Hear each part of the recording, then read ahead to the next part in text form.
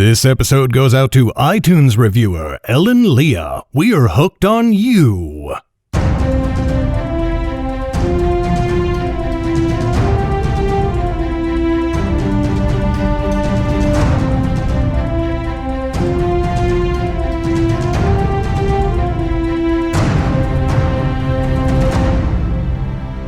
Hi there, Garrett Robinson here. Welcome to the first episode of the Nightblade Epic Podcast Season 3. Can you believe we're more than halfway through August already? This year feels like it's been several centuries long and also like it's whizzing by at light speed. I think we'll all be glad to see 2020 end, I certainly will be. But at the same time, there have been some good things throughout the year, including getting to spend this time each week with you. And now, here we are at the beginning of a new season of the show. And as you're probably expecting, you're going to be getting chapters of Darkfire, the third book in the Nightblade epic. Here's a secret about Underrealm and Legacy books. We tend to do things in threes.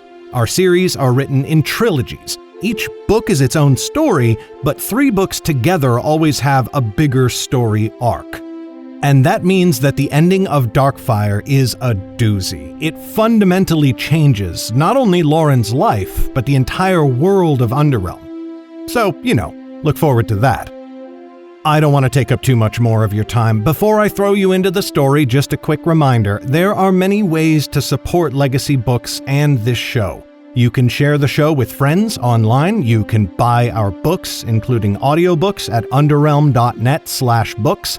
And if you want to be a real hero, you can go become a supporter at patreon.com/GarrettB.Robinson. If you do, you get to read the next book of Underrealm as I write it, right now. Whatever form your support takes, it really is the fuel that keeps us going and keeps this show on the air. Okay, now it's time for today's episode. Today, you're getting chapters 1 and 2 of Darkfire. That's right, 2 for 1 right off the bat. When we left off, Lauren and her friends were riding into exile through the wilderness, searching for a way to redeem the mad wizard Zane. Enjoy!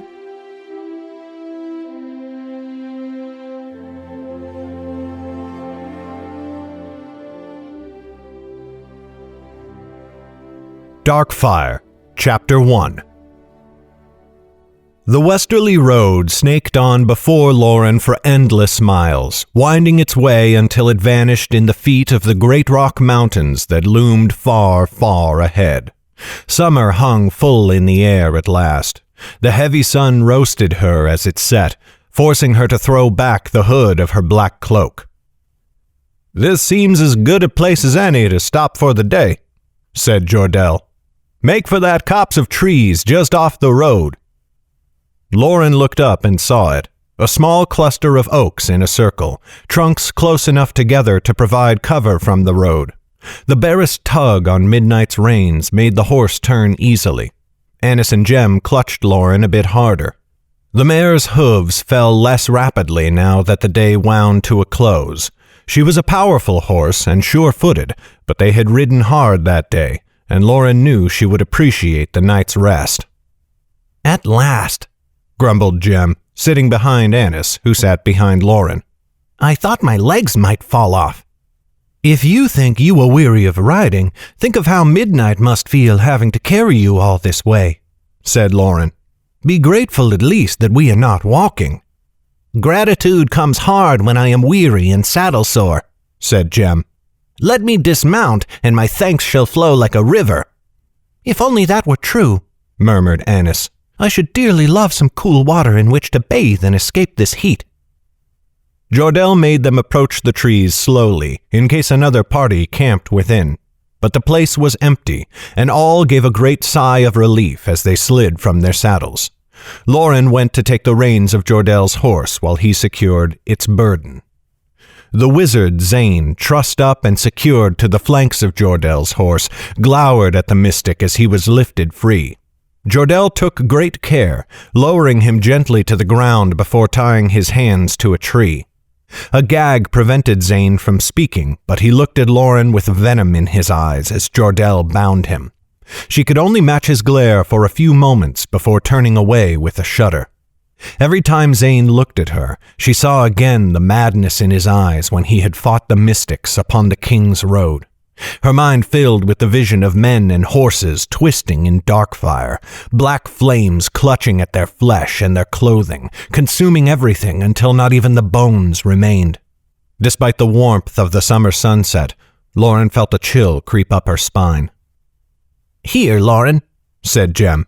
"Help me get the bedrolls. Your blasted steed still nickers whenever I draw near." "You thought she was fine enough when first you saw her." "She had not tried to bite me then. I am a brave warrior, but I value my fingers." Lauren rolled her eyes. Midnight had merely tried to smell Jem, but as a city urchin he had had precious little to do with horses. She did not feel like explaining this again, so she pulled the bedrolls from Midnight's back. Annis took hers without comment, bleary-eyed. The girl looked as though she had slept as they rode. "Get yourself to sleep," said Lauren.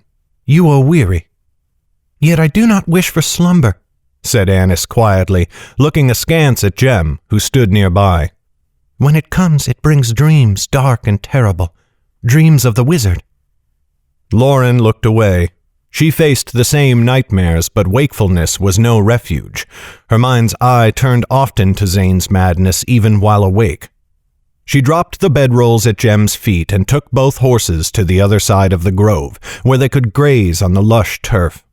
On her return, she unfurled her bedroll upon a soft piece of ground, free from rocks. For a moment she paused, rubbing the fine green cloth between her fingertips with a smile for the kindly clothier in Wellmont who had made them. Lauren hoped the woman was safe and well, free from the ravages of the Dortian army that besieged the city.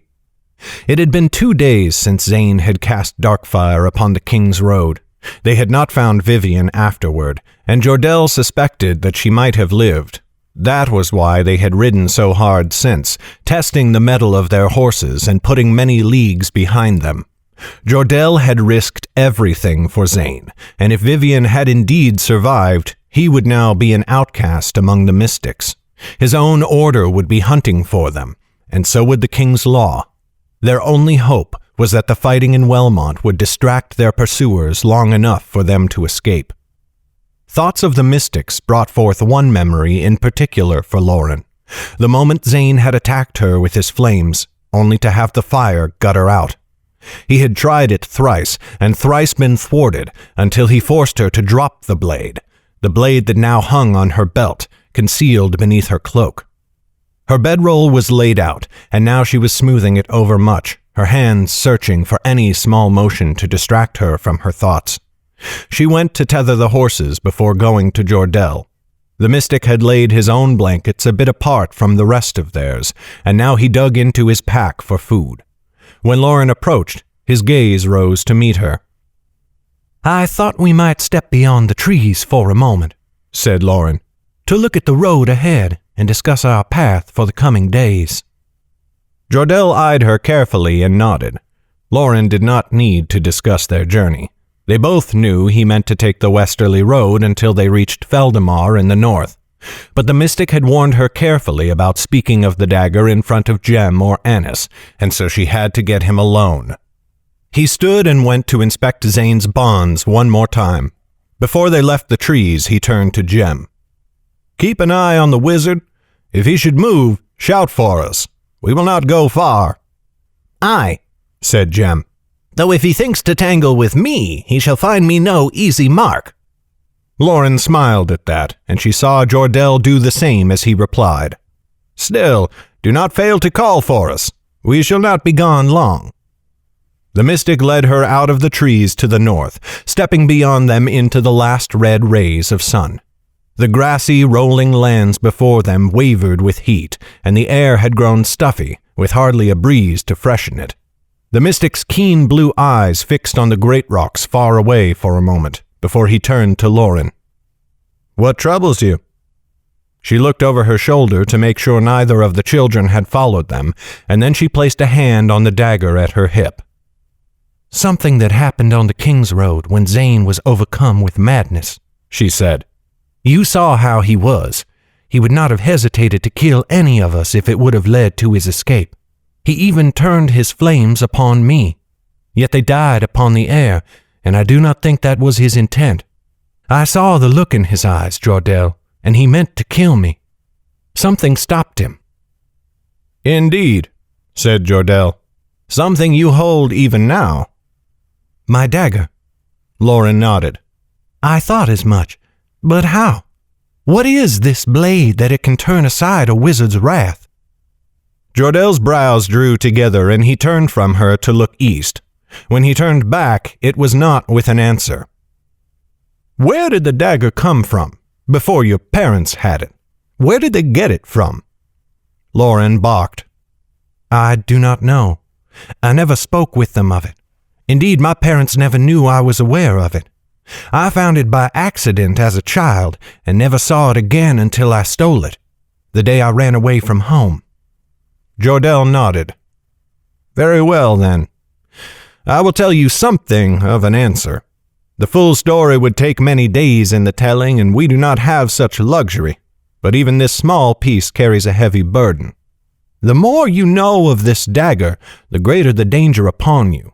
That is why you must never reveal anything of it to Jem or to Annis, unless you wish to bring them great harm. I do not say this lightly or out of jealousy.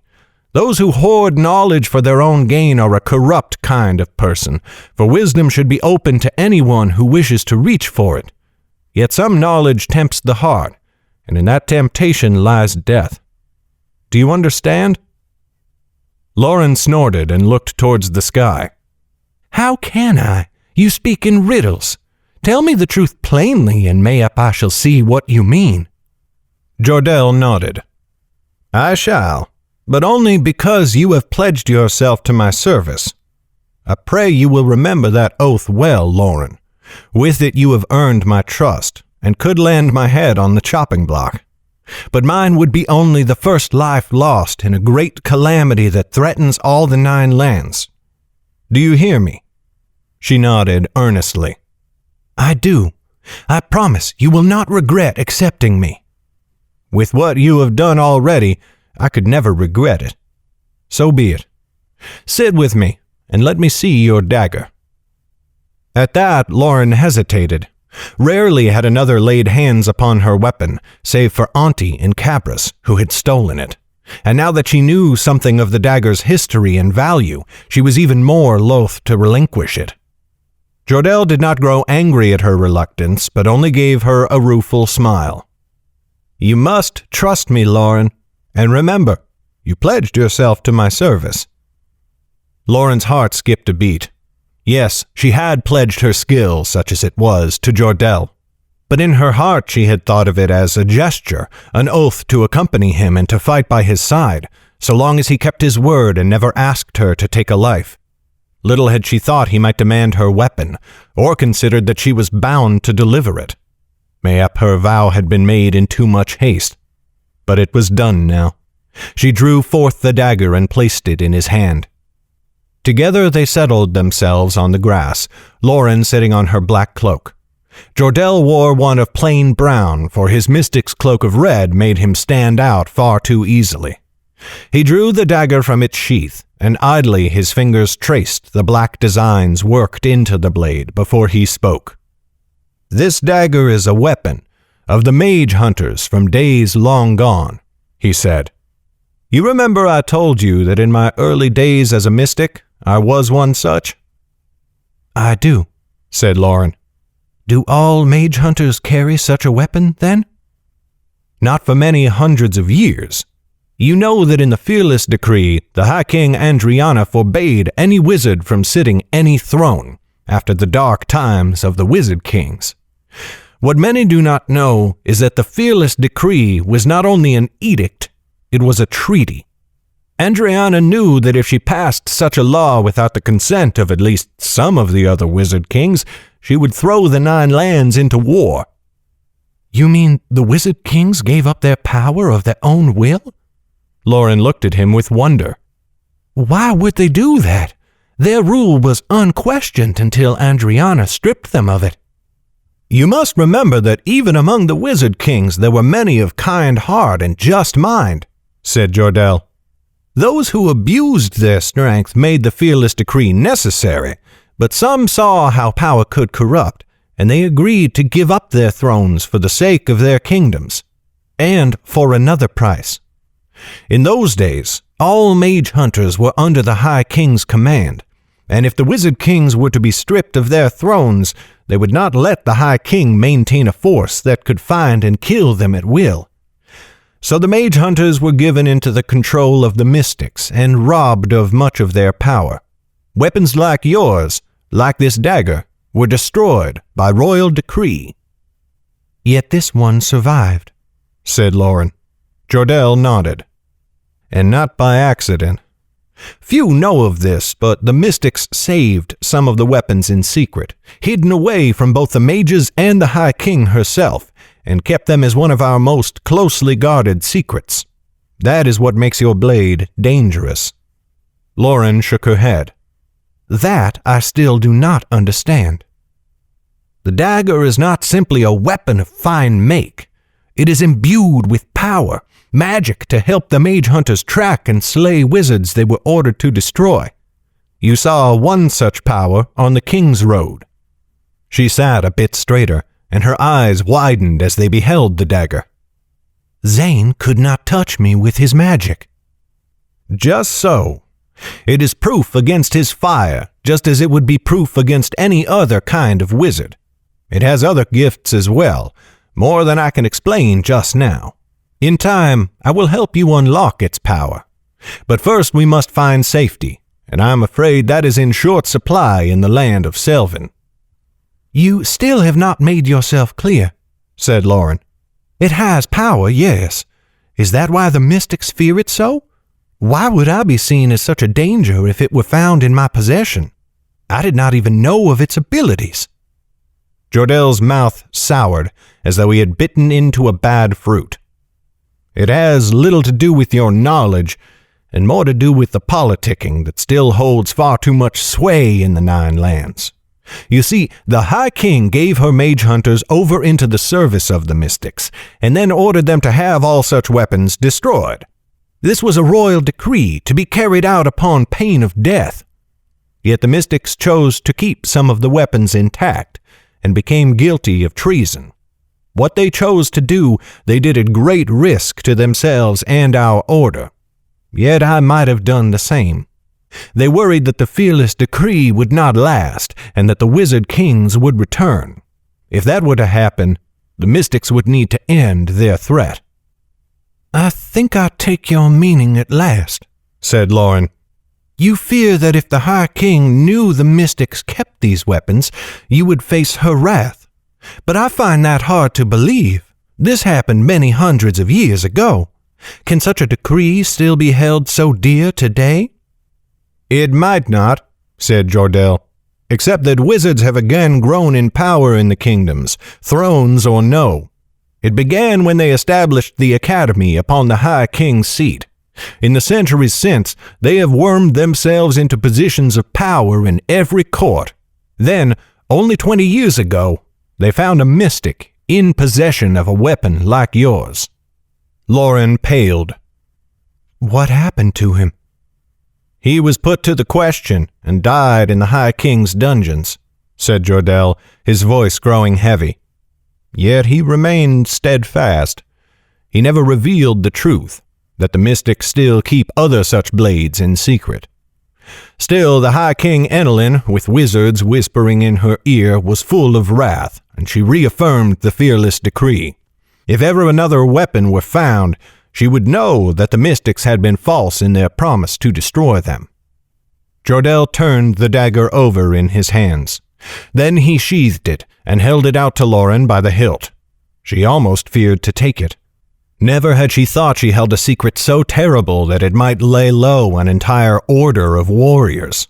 An order whose purpose, she realized, she still did not entirely understand. Finally, she reached out her hand for the blade. Her thoughts turned to Cabras and to the Constable Corin. Is that why some who have seen my dagger feared me so? Said Lauren. Did they think I was one of you? A mystic, working for some high members of your order? Jordell nodded. Just so. Scarcely any know of the existence of such weapons. Most who do are of the mystics, and they have many agents throughout the 9 lands. We are fortunate that you have never met a high member of the Academy, for they would have taken the dagger from you and used it to terrible effect.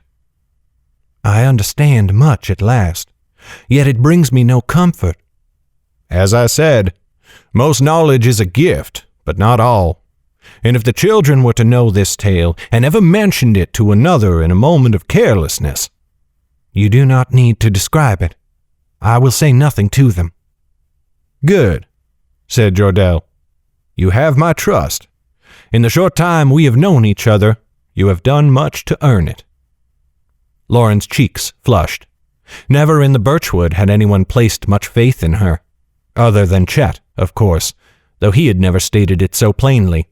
So much of their friendship had happened without words. Jem and Annis will think we have left them, she said. Indeed, said Jordell, moving to rise. Let us sup and then rest well, for tomorrow there are many leagues to ride. Lauren followed him back through the oaks, and as she did so, she pulled the edge of her cloak tighter, swathing the dagger in shadow. Darkfire, Chapter 2. The next morning, Jordell woke them early to eat a meager breakfast. At first he had let them handle their own food, but after the first day's ride, he had seen Jem stuffing his face by the campfire. Then he took all their food into his own saddlebags, rationing each meal. Lauren did not mind, but the children had complained terribly, especially Jem. The boy groaned as he tried to gnaw on a roll of hardtack. Mayhap their stock of it had gone stale, or mayhap the bread was simply rock-like in nature. Sometime since Jordell had revealed that it was the primary foodstuff he had packed in his saddlebags, Lauren had given up trying to determine which was the case. "You mean to starve me, Jordell," said Jem loudly. "I am already nothing but skin and bones. Give me more, I beg of you, or I shall waste away and die, and the 9 lands will lose a brilliant mind." "I have eaten less than you, though my body is far greater." Jordell did not look up from his horse, his fingers busy securing Zane to the charger's back in preparation for the day's ride. "The body requires less sustenance than the mind," said Jem. "My thoughts range far and wide, and they burn the food in my belly far faster than your brawny muscles, mystic." "Keep your tongue hushed, Jem," snapped Lauren. "Would you have the whole of Selvin know who we are?" Jem balked, his shoulders drooping in embarrassment, but he looked sullenly at her. "There is no one for miles in any direction. Let the birds carry the tale of our passing for all I care." "We must ride hard today," said Jordell. "Tomorrow I hope to reach the southern tip of the Great Rocks, where lies the joining of Selvin's westerly road and the road from Wellmont. If we are lucky, we shall arrive before my order and the king's law. I have held out hope that the Dortian invasion keeps them distracted, but then again it may not. Certainly the mystics, at least, would have sent some riders if Vivian returned with her tale." "What makes you so certain she survived?" said Jem, nodding at Zane. "That one's fire took care of all the rest of them." "Yet one corpse was missing," said Lauren. "We would do well to imagine the worst and prepare for it." "Wise words, I suppose," said Jem with a shrug. "And if she did indeed perish afterwards, let it be a pleasant surprise." Jordell turned, and in his eyes Lauren saw a baleful fire burning. Jem saw it too, and he quailed where he sat on the ground. "Vivian is a mystic of my order," said Jordell. "She has taken no action except in keeping with our laws and those of the king. Her death would be a loss to all the 9 lands, and you will not say otherwise again." Jem's bravado finally fled him, and he turned his eyes to the ground, gnawing again on his hardtack. "I meant no offense. Only I do not wish to be caught by the king's law any more than you do. She was a mighty warrior, and a good woman, I am sure." Behind Jem, Lauren saw Annis's eyes flash. The girl had disliked Vivian from the start. Her opinion had not improved when the mystic attacked their boat upon the Dragon's Tail, nor when she pursued them out of Welmont. Lauren herself held no love for the woman who had eagerly tried to kill the mercenaries they found upon the road. Only Jordel's mercy had stopped her. But now Lauren decided to speak before Annis could stoke Jordel's ire further. "None of us wish to be found, Jem," she said. "So ready yourself to ride, and quickly. Speed is our best ally now." Rather than quelling Annis's dark mood, Lauren succeeded only in shifting the girl's attention to Zane. Immediately she regretted having spoken. The wizard had done Annis great harm, both in mind and body, and they all knew why their progress upon the road was slower than Jordel wished. "It is hard to ride with great speed when the horses are so overburdened," said Annis quietly, and Lauren heard the ire beneath the words. But then the girl turned away and blushed, as if embarrassed, moving to help Jem pack. Jordel must have heard her, but he made no comment. He only frowned and turned a sharp gaze on her back. They readied and mounted without another word, and Lauren's world again became an endless string of road vanishing beneath midnight's hooves. Soon enough, though, the day gave them one great difference. It began to rain. Though the hot sun had beat down on them heavily ever since they left the King's Road, now it seemed the first signs of fall had come stealing through the air. Fat pellets of water struck them like hornets, and they all drew up the hoods of their cloaks. "This is both a curse and a blessing," said Jordel, looking up.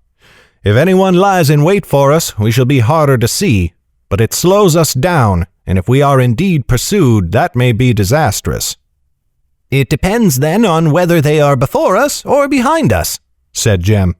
"But our road is set, and so what use is there in worrying? There is precious little we can do either way." "A wise way of thinking, little scholar," said Jordel, and he flashed Jem a brief smile. Lauren could almost feel the boy puff up with pride behind her. She hid a grin. Jordel no doubt meant to make Jem feel better after his outburst that morning. It seemed to have worked. For many miles the road had run beside a stream, a small branch of the Dragon's Tail flying down from the Great Rock Mountains to join the river that formed Selvin's southern border. They had washed themselves in it on their first day of riding, and Lauren could still imagine the touch of the cool water on her prickled skin. But they had left the stream behind early that first day, and now the land rose and fell in steep rocky hills, the earliest and smallest foothills of the mountains that lay ahead. The great rocks were hidden from view as often as not, though every time the land rose they could see that the road carried them true to their destination. Not long after midday, they stopped to rest. Jordel turned them aside at a great cleft in one of the foothills, where a flat and rocky face shone white against the green grass. The rock curved up and over, forming a sort of half-roof that sheltered them from the rain. As soon as the horses had stopped, fetlocks brushing the mud that had formed on the ground, Annis and Jem flung themselves off with whoops of glee. "A quick bite to eat," said Jordel. "Then we move on." He dismounted, but he left Zane slung behind the saddle. Lauren went to him, stepping close to speak quietly, though she doubted the children could have heard them over the rain. "I have thought about Annis's words this morning." Jordel looked wearily over at where Annis and Jem sat in the shelter of the hill, eating some of the salted beef he had given them as a rare treat. Who could blame her for her anger? Zane's actions in Welmont were less than honorable. "Twice he might have killed her, and you as well. Yet you still have not explained why you undergo such risk to help him." "I do not do it only for Zane, but for all the 9 lands, and the people who dwell here. They will need his help, and the help of others like him." "You have said that before, but what sort of men are like him? Liars? Men who would harm children without a second thought?" "Those actions were not entirely his own. You know he consumed magestones." Lauren shrugged. "Indeed? What of it?" Jordel looked at her in surprise. "I thought you might have guessed this already. There is an excellent reason that magestones are forbidden by the king's law. They do not only grant a wizard great power or unlock hidden parts of their gift, such as Zane's Darkfire. They're like a poison in the mind, bestowing a terrible hunger. Any wizard who eats a mage stone will think of little else until they get another.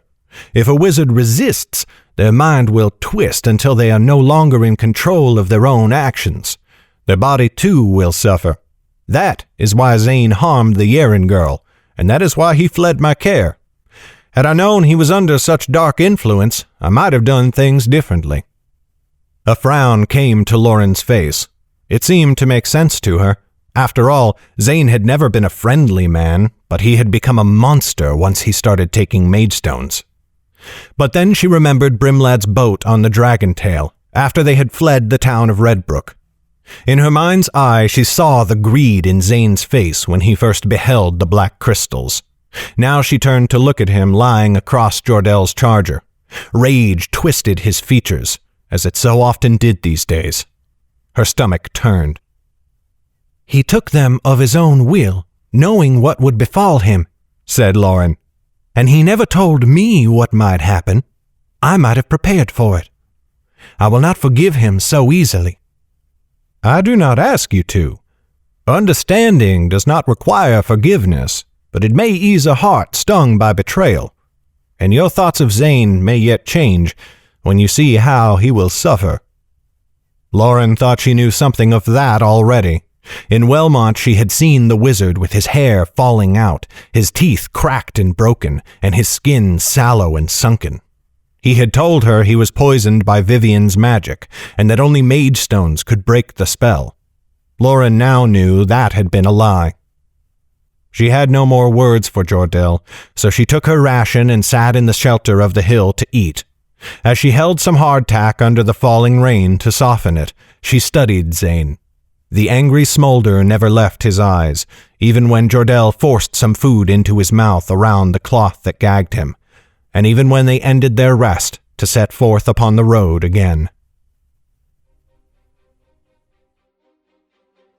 This has been a production of Legacy Books, written and narrated by Garrett Robinson. The music in this podcast was created by Will Musser. Check out his incredible work at willmusser.com. That's WILLMUSSER.com. Today's letter is E. Thank you for listening. Bye-bye.